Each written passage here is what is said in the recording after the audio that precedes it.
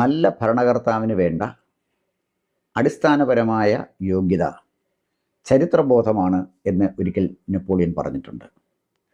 ചരിത്രബോധമില്ലാത്ത ഒരു കോമാളിയുടെ ജൽപ്പനങ്ങളാണ് കുറച്ചു കാലമായി ഇന്ന് ആഗോളതലത്തിൽ എല്ലാ ദൃശ്യ പത്ര മാധ്യമങ്ങൾക്കും വിരുന്നായിട്ട് മാറിയിരിക്കുന്നത്. അദ്ദേഹം ഒരുപാട് പ്രഖ്യാപനം ഇതിനു മുമ്പ് നടത്തി.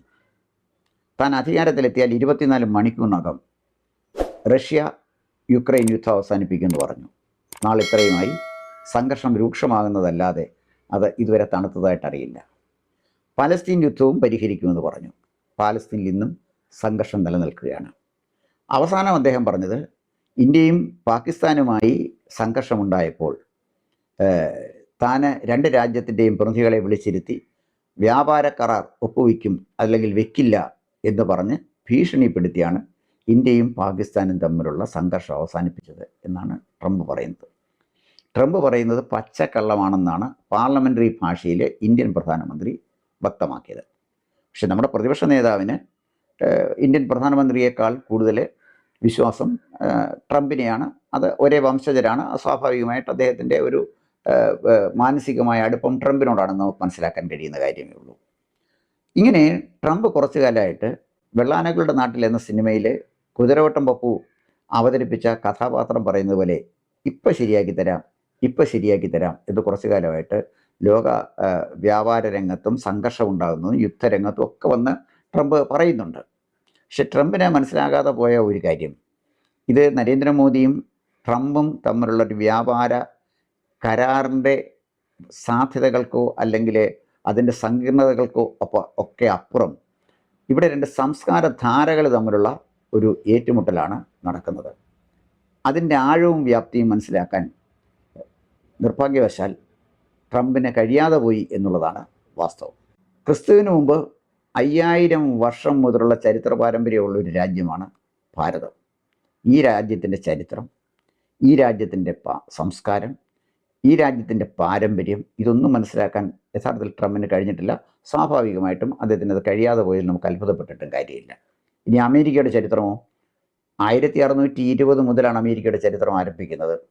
ബ്രിട്ടനിൽ നിന്നും മതപീഡനം ഭയന്നും പോയ ആളുകളും അതുപോലെ തന്നെ ബ്രിട്ടനിലെ കൊടും ക്രിമിനൽസും അടങ്ങിയ 120 യാത്രക്കാരുമായിട്ടാണ് മേഫ്ലവർ എന്ന കപ്പൽ 1620 അമേരിക്കയിൽ ചെന്നത്. അവിടെ തൊട്ടാണ് ആധുനിക അമേരിക്കയുടെ ചരിത്രം ആരംഭിക്കുന്നത്. അവിടെ മുതലാണ്. അമേരിക്ക കണ്ടുപിടിച്ചത് 1492 ക്രിസ്റ്റഫർ കൊളംബസാണ്. കൊളംബസ് അവിടെ ചെന്നിറങ്ങി. അദ്ദേഹം റെഡ് ഇന്ത്യൻസിനെ കണ്ടു. അദ്ദേഹം ധരിച്ചത് ഇന്ത്യയാണ് താൻ കണ്ടെത്തിയത് എന്നാണ്. എന്തായാലും ശരി, 1506 ക്രിസ്റ്റഫർ കൊളംബസ് മരിക്കുന്നത് വരെ അദ്ദേഹം ധരിച്ചിരുന്നത് താൻ കണ്ടുപിടിച്ചത് ഇന്ത്യയാണെന്നാണ്. ട്രംപിൻ്റെ സ്ഥിതിയും വലിയ വ്യത്യാസമൊന്നും വരാൻ പോകുന്നില്ല. ട്രംപ് മരിക്കുന്നതും വരെ സ്വപ്നം കാണാം തനിക്ക് ഇന്ത്യയെ തകർക്കാൻ കഴിയും, ദുർബലമാക്കാൻ കഴിയും എന്നുള്ളത്. അതിനപ്പുറത്ത് ട്രംപിനൊന്നും ഇന്ത്യയെ ചെയ്യാൻ കഴിയില്ല എന്നുള്ളതാണ് യാഥാർത്ഥ്യം. അവിടെ വളരെ ചെറിയ ഒരു ഉദാഹരണം നമുക്കറിയാം. നമ്മുടെ രാജ്യത്തിൻ്റെ GDPയിൽ 2.32% സംഭാവന ചെയ്യുന്നത് 20 ലക്ഷത്തിലധികം വരുന്ന ഇന്ത്യയിലെ മഹാക്ഷേത്രങ്ങളാണ്. ഇത് നാഷണൽ സാമ്പിൾ സർവേയുടെ കണക്കാണ്. ഇവിടെ നമ്മൾ മനസ്സിലാക്കേണ്ടത് 4,32,00,000 ആളുകൾക്കാണ് പ്രത്യക്ഷമായിട്ടോ പരോക്ഷമായിട്ടോ ഇന്ത്യയിലെ മഹാക്ഷേത്രങ്ങളെ ജീവിതമാർഗം നൽകുന്നത് എന്നുള്ളതാണ്. ഏറ്റവും അടുത്ത ഉദാഹരണം കുംഭമേള നമ്മൾ UPയിൽ കണ്ടു. കുംഭമേളയ്ക്ക് UP സർക്കാർ ചെലവഴിച്ചത് 6,382 കോടി രൂപയായിരുന്നു. UPയുടെ വരുമാനം അതിൻ്റെ 5 ഇരട്ടി.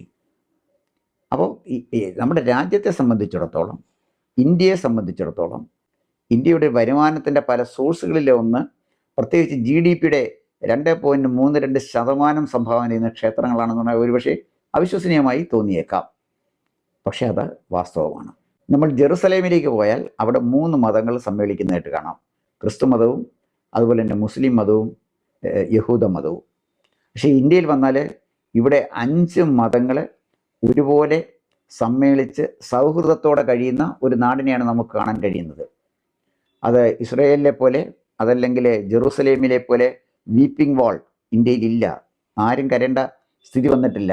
മതത്തിൻ്റെ പേരിൽ അതല്ലെങ്കിൽ വിശ്വാസത്തിൻ്റെ പേരിൽ ആരെയും കണ്ണുനീരടിയിച്ച ചരിത്രമല്ല ഇന്ത്യക്കുള്ളത്. സിഖ് മതക്കാരുടെ പ്രധാന ക്ഷേത്രമായ സുവർണക്ഷേത്രം അമൃത്സറിൽ, ബുദ്ധഗയ ബീഹാറിൽ, അതുപോലെ തന്നെ അജ്മീർ ഖ്വാജയുടെ ഖബർ, നൃത്തത്തിൻ്റെയും സംഗീതത്തിൻ്റെയും കേന്ദ്രമായ അജ്മീർ ഖ്വാജയുടെ ഖബർ രാജസ്ഥാനിൽ, വേളാങ്കണ്ണി പള്ളി തമിഴ്നാട്ടിൽ. ഇതിന് ശബരിമല ക്ഷേത്രത്തിൽ നിന്ന് തന്നെ കഴിഞ്ഞ വർഷം കിട്ടിയ വരുമാനം 436 കോടി രൂപയായിരുന്നു. തിരുപ്പതി ക്ഷേത്രത്തിലെ മുടി വിറ്റ് കിട്ടിയ വരുമാനം 150 കോടി രൂപയായിരുന്നു.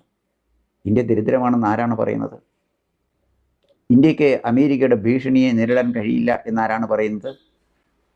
ഇതൊക്കെ തന്നെ 1998 രണ്ടാമത് പൊഖ്രാൻ ആണവ പരീക്ഷണം നടത്തിയപ്പോഴും അന്ന് അമേരിക്ക മാത്രമല്ല, ബ്രിട്ടനും അതുപോലെ തന്നെ ഫ്രാൻസും ജപ്പാനും ഓസ്ട്രേലിയയും ഒക്കെ അമേരിക്കയോടൊപ്പം ഉണ്ടായിരുന്നു. ഇന്ത്യക്ക് ഉപരോധം ഏർപ്പെടുത്തിയില്ലേ? ആ ഉപരോധത്തെ നമ്മൾ അതിജീവിച്ചില്ലേ? അപ്പോൾ ഇവിടെ ഈ നോബൽ സമ്മാനം പ്രതീക്ഷിച്ച് നടക്കുന്ന ഒരു പ്രാഞ്ചിയേട്ടൻ്റെ കോമാളിക്കളിക്ക് അപ്പുറം ഈ താരിഫ് വിവാദം ഒന്നുമില്ല എന്ന് ഏതാനും നാളുകൾക്കകം തെളിയാൻ പോവുകയാണ്. നരേന്ദ്രമോദി ആരാണ് എന്ന് ശരിക്കു പറഞ്ഞാൽ ട്രംപിന് മനസ്സിലായിട്ടില്ല. 27 രാജ്യങ്ങൾ അവരുടെ പരമോന്നത പുരസ്കാരം നൽകി ആദരിച്ച ഒരാളാണ് ഇന്ത്യയുടെ പ്രധാനമന്ത്രി. ഇവിടെ ഏറ്റവും പ്രധാനപ്പെട്ട കാര്യം സൂചിപ്പിക്കാനുള്ളത് സൗദി അറേബ്യ. സൗദി അറേബ്യയിലാണ് മക്കയും മദീനയും ഉള്ളത്. ഈ മക്കയും മദീനയും നിലനിൽക്കുന്ന രാജ്യം അതാണ് ലോകത്തെമ്പാടുമുള്ള മുസ്ലിങ്ങളുടെ തീർത്ഥാടന കേന്ദ്രമാണ്. ആ മക്കയും മദീനയുമുള്ള സൗദി അറേബ്യ നരേന്ദ്രമോദിയെ ആദരിച്ചത് കിങ് അബ്ദുൽ അസീസ അവാർഡ് കൊടുത്താണ്. ഈ അവാർഡ് കിട്ടിയ ഏക ഇന്ത്യൻ പ്രധാനമന്ത്രി നരേന്ദ്രമോദിയാണ്. അതിനു മുമ്പ് പ്രധാനമന്ത്രിമാർ നമുക്കില്ലായിരുന്നു. ജവഹർലാൽ നെഹ്റു ഉണ്ടായിരുന്നു, അതല്ലെങ്കിൽ ഇന്ദിരാഗാന്ധി ഉണ്ടായിരുന്നു, പല പ്രധാനമന്ത്രിമാരും ഉണ്ടായിരുന്നല്ലോ. സൗദി അറേബ്യ അവരുടെ പരമോന്നത പുരസ്കാരം നൽകി ആദരിച്ച നേതാവ് നരേന്ദ്രമോദിയാണ്. അതുപോലെ തന്നെ ഏറ്റവും സമ്പന്നമായ രാജ്യങ്ങളിലൊന്നാണ്, ഗൾഫ് രാജ്യങ്ങളിൽ ഏറ്റവും സമ്പന്നമായ രാജ്യങ്ങളിലൊന്നാണ് UAE. The order of the sides അത് കൊടുത്താണ് നരേന്ദ്രമോദിയെ ബഹുമാനിച്ചത്. അപ്പോൾ മുസ്ലിം രാഷ്ട്രത്തലവന്മാർ പോലും വളരെ ആദരവോടെ കാണുന്ന, അവരുടെ രാജ്യത്തെ പരമോന്നത സിവിലിയൻ ബഹുമതി നൽകി ആദരിക്കുന്ന ഒരു ഭരണ നേതാവിനെയാണ് മുസ്ലിം വിരുദ്ധനെന്നും മുസ്ലിങ്ങളുടെ ശത്രുവെന്നും ഇവിടുത്തെ പ്രതിപക്ഷ നേതാക്കളും ചില തീവ്രവാദ സംഘടനകളും പറയുന്നത് എന്ന് ഓർക്കണം. ലോകം കണ്ട ഏറ്റവും തന്ത്രശാലിയായ നേതാക്കന്മാരിൽ ഒരാളാണ് നരേന്ദ്രമോദി. അദ്ദേഹം നിരവധി രാജ്യങ്ങൾ സന്ദർശിച്ചിട്ടുണ്ട്. ഓരോ സന്ദർശനത്തിൻ്റെയും അവസാനം ചില കരാറുകളിൽ ഒപ്പുവയ്ക്കാറുണ്ട്. പക്ഷേ ആ കരാറുകൾ കൊണ്ട് ഇന്ത്യക്ക് കിട്ടുന്ന നേട്ടം എന്താണ് എന്ന് നമ്മൾ അറിയണമെങ്കിൽ കുറച്ചു കാലം കൂടെ കാത്തിരിക്കേണ്ടി വരും. കുറച്ച് നാളുകൾക്ക് മുമ്പ്, കൃത്യമായി പറഞ്ഞാൽ 2025 ജൂലൈ 3-ാം തീയതി നരേന്ദ്രമോദി ഘാന എന്ന് പറയുന്ന ആഫ്രിക്കയിലെ വളരെ ചെറിയ ഒരു രാജ്യം സന്ദർശിച്ചു.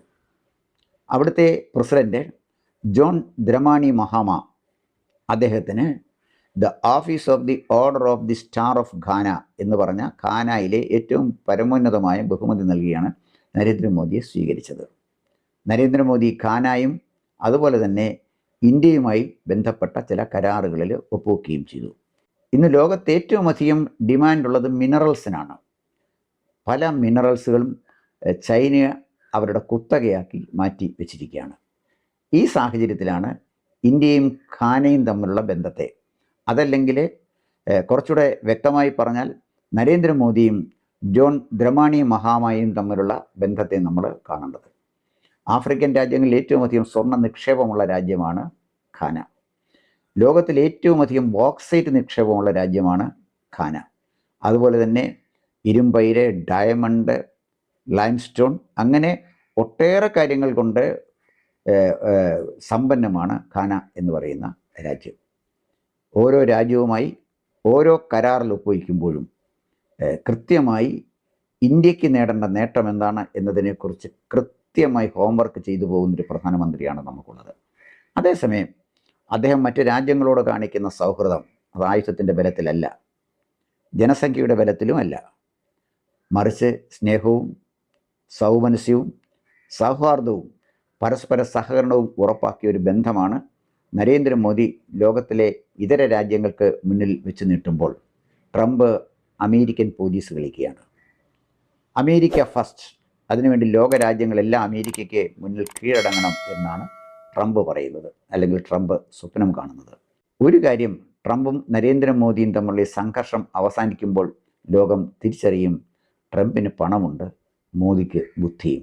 കൂടുതൽ വാർത്തകളും വിശേഷങ്ങളും നേരിട്ട് ലഭിക്കാൻ ജനങ്ങളിൽ നിന്ന് ജനങ്ങളിലേക്ക് ജനഭൂമി ന്യൂസ് സബ്സ്ക്രൈബ് ചെയ്യൂ. ബെൽ ബട്ടൺ അമർത്താനും മറക്കരുത്.